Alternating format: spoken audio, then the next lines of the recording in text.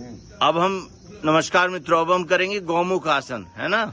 तो राम बाबू जी, गौमुख आसन के स्टेप बताइए। गौमुख आसन में सबसे पहले बायां पैर नितंब के नीचे, बायां एड़ी नितंब के नीचे जाएगी, ऐसे। पहला स्टेप। हाँ, इसके ऊपर बैठ जाएंगे। दूसरा स्टेप में पहला स्टेप आपका दोनों पैर लेफ्ट को आपने मतलब पहले पैर को ऐसे किया कि उसके ऊपर आप बैठ गए, पहली एड़ी के ऊपर बैठ गए, राइट। उसके बाद आपने राइट पैर को लिया दूसरे स्टेप में। अब तीसरे में ये हाथ पकड़, एक मिनट, राइट को आपने साइड में टच किया है। अब उसके बाद जो तीसरे स्टेप में जो हाथ नीचे है, मतलब जो पैर नीचे है उसका हाथ नीचे से लिया। जैसे बायां पैर नीचे है तो बाएं पैर को नीचे, बाएं हाथ को नीचे से लिया और दाएं हाथ को ऊपर से लिया, राइट। ये तीसरा स्टेप हुआ। और चौथे स्टेप में बिल्कुल स्ट्रेट होके ब्रीदिंग को नॉर्मल किया और सीने को पीछे की तरफ टाइट करके रखा। तो इस तरह से 4 स्टेप में हमने गौमुख आसन दिया। अब हम वापस 4 से पहले हम रिलैक्स करेंगे, फिर हाथ खोलेंगे, यस 3, फिर राइट पैर को हटाएंगे, फिर लेफ्ट पैर को हटाएंगे, राइट। अब दूसरे पैर पे, अब राइट पैर को पहले नीचे रखेंगे, यस।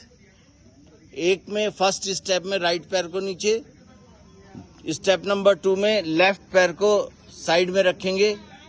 अब जो पैर नीचे है आपका राइट पैर, आप जो हाथ, हाँ, जब राइट पैर नीचे तो राइट हाथ को पहले नीचे से लिया और लेफ्ट को ऊपर से लिया। तो ये गौमुख आसन कहलाता है। गौमुख इसलिए कहते हैं कि दोनों घुटने जब एक दूसरे के ऊपर आ जाते हैं तो देखिए आगे जैसे मुख बन गया, गाय मुख जैसी, गाय के मुख जैसी आकृति बनी। तो इस योग का नाम है गौमुख आसन। Excellent, relax. हर योगा को दोनों तरफ से करना चाहिए, एक बार लेफ्ट साइड से, एक बार राइट साइड से। अब करेंगे अर्धमस्तिंद्रिय, अर्धमस्तिंद्रिय आसन, इसी का ही स्टेप है। इसको भी बताइए कैसे कर रहे हैं आप। पहले रिलैक्स, हाँ। अब एक पैर को ऐसे नितंब के नीचे, फर्स्ट सेकंड, पहले लेफ्ट पैर को आपने नीचे लगाया, फिर राइट पैर को दूसरे स्टेप पे, राइट पैर को राइट में किया, फिर लेफ्ट हैंड को आपने